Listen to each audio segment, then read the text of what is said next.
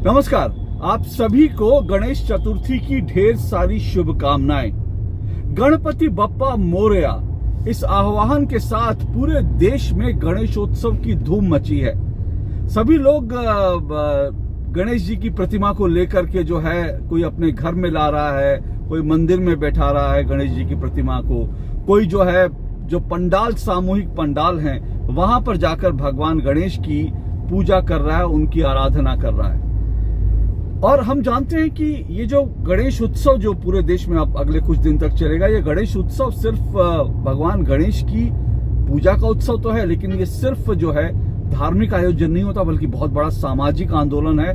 और इस सामाजिक आंदोलन की जो शुरुआत है वो महान क्रांतिकारी बाल गंगाधर तिलक ने की थी। यानी कि आजादी के जो लड़ाई थी, यानी स्वतंत्रता संग्राम था, उस स्वतंत्रता संग्राम के दौरान आजादी की लड़ाई में लोगों को जोड़ने के लिए इस गणेशोत्सव की शुरुआत हुई थी। बाल गंगाधर तिलक ने इसकी शुरुआत की थी। लेकिन ये कितने दुर्भाग्य की बात है कि आजाद भारत में कुछ जगहों पर गणेशोत्सव जो है वो इसलिए नहीं हो सकता, भगवान गणेश की पूजा अर्चना, उनकी आरती इसलिए नहीं हो सकती क्योंकि उन जगहों का नाम ईदगाह है। जी हाँ, कर्नाटक के एक नहीं बल्कि 2 ईदगाह मैदान जो हैं वो गणेश चतुर्थी को लेकर, गणेशोत्सव को लेकर सुर्खियों में बने हुए हैं। हालांकि हुबली में एक जो ईदगाह मैदान है वहां पर हाईकोर्ट ने देर रात फैसला सुनाया और कर्नाटक का जो हुबली का जो मैदान है, ईदगाह मैदान है, वहां पर गणेशोत्सव होगा, ये तय हो गया। वहां पर गणेश जी की प्रतिमा बैठा दी गई है, वहां पूजा अर्चना हो रही है।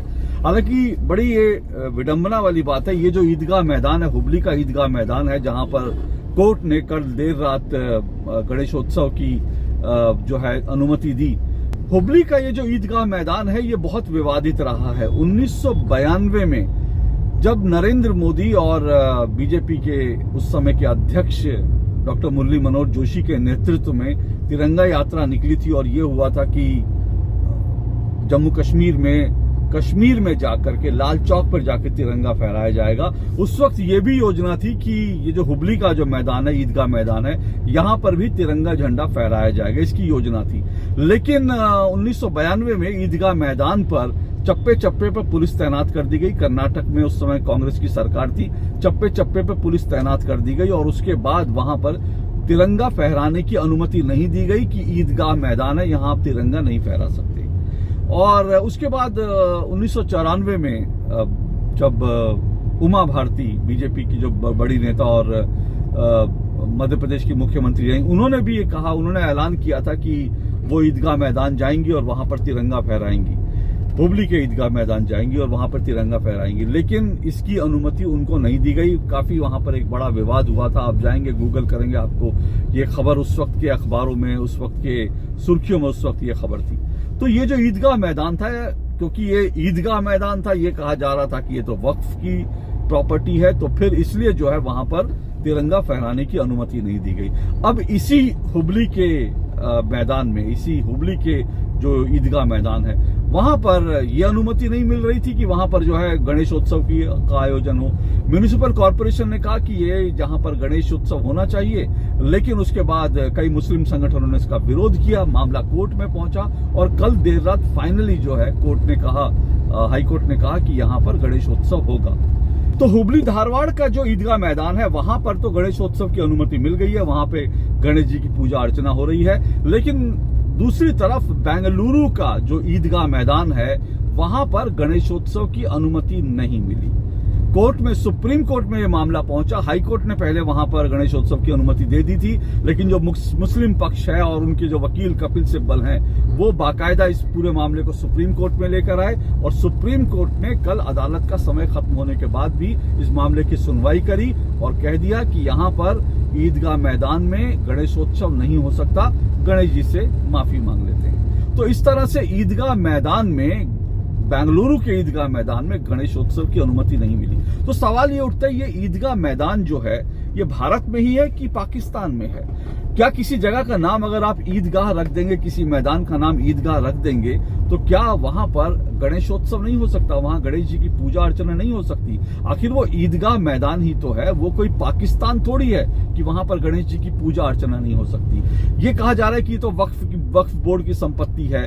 इस वक्फ बोर्ड की संपत्ति में, यानी ये वक्फ बोर्ड की अगर प्रॉपर्टी है, तो वहां पर 3 दिन के लिए वक्फ बोर्ड की संपत्ति जो है वो गणेश जी की पूजा के लिए नहीं मिल सकती। इसको लेकर जो है तमाम जो है सेक्युलर गैंग जो है उन्होंने हंगामा भी मचा रखा है। वो कह रहे हैं कि भाई पूरा देश आपका है तो फिर इसमें आपको ईदगाह मैदान क्यों चाहिए, ईदगाह मैदान पर आपको गणेशोत्सव क्यों करना है? तो सवाल यह है कि पूरा देश भारत जो है वहां पर अगर गणेश की वंदना हो रही है तो ईदगाह मैदान में अगर वक्फ बोर्ड की संपत्ति है तो भी ईदगाह मैदान में 3 दिन के लिए गणेश जी की पूजा क्यों नहीं हो सकती? क्या वो ईदगाह मैदान जो है वो पाकिस्तान का हिस्सा है? दरअसल ये अजीब सी बात है। किसी जगह का नाम अगर ईदगाह हो गया तो इसका मतलब ये से है कि वहां पर सिर्फ नमाज हो सकती है, क्योंकि ये 2 दिन ये ईदगाह मैदान जो है दरअसल इनको 2 दिन के लिए इस्तेमाल किया जाता है। जो ईद होती है, बकरीद होती है, जब सामूहिक रूप से बड़े पैमाने पर जो मुस्लिम लोग हैं वो एक साथ नमाज पढ़ते हैं, तो तब इन ईदगाह मैदानों का इस्तेमाल होता है। तो ये 2 दिन साल में इस्तेमाल होती हैं, जो मीठी ईद होती है और बकरीद होती है। लेकिन सवाल यह है कि क्या मीठी ईद और बकरीद के अलावा इन ईदगाह मैदानों में कभी 2-3 दिन का कोई उत्सव नहीं हो सकता?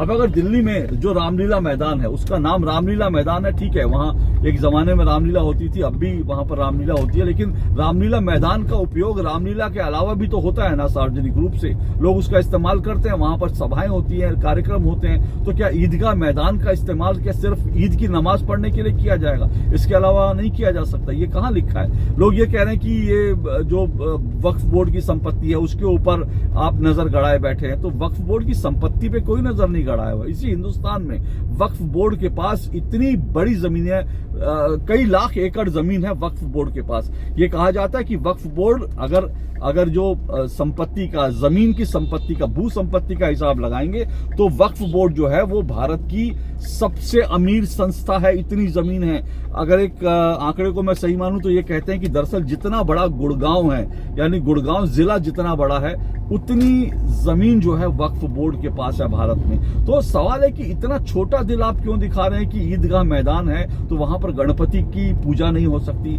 इसी देश में आपने देखा था, इसी गुड़गांव में आपने देखा था, और हरियाणा के कई हिस्सों में, और इसके अलावा सिर्फ हरियाणा के कई हिस्से नहीं, बाकी देश भर में हम देखते हैं जब नमाज पढ़नी होती है लोग सड़कों पर नमाज पढ़ते हैं। आप मस्जिद से बाहर निकल के सड़कें बंद हो जाती है, वहां पर नमाज पढ़ते हैं। तो आपको नमाज पढ़ने के लिए सार्वजनिक जगह चाहिए। आपके पास मस्जिदें हैं, इसके बावजूद आपको नमाज पढ़ने के लिए सार्वजनिक जगह चाहिए, सड़क चाहिए। सड़क को घेर कर आप नमाज पढ़ेंगे। लेकिन गणपति का उत्सव जो है करने के लिए आप ईदगाह मैदान 3 दिन के लिए नहीं देना चाहते, 3 दिन के लिए नहीं दे सकते। ये कैसी सोच है? मैं फिर कह रहा हूं, ईदगाह मैदान जो है वहां पर तिरंगा नहीं फहराएंगे।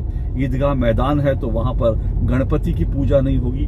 ये जो चलन है, ये जो पूरी सोच है, इस सोच को बदलना होगा, क्योंकि अल्टीमेटली ये ईदगाह मैदान है, ये पाकिस्तान नहीं है कि यहाँ पर गणपति की पूजा नहीं हो सकती, यहाँ तिरंगा नहीं फहराया जा सकता। तो ये जो सोच है जो ईदगाह मैदान को सिर्फ ईद की नमाज तक के लिए सीमित करती है, इस सोच को बदलने की जरूरत है, इस सोच को चैलेंज करने की जरूरत है, और इसके लिए आवाज उठाना हम सबकी जिम्मेदारी है। बहरहाल आज के लिए इतना ही, आपसे फिर मुलाकात होगी। फिलहाल इजाजत दीजिए।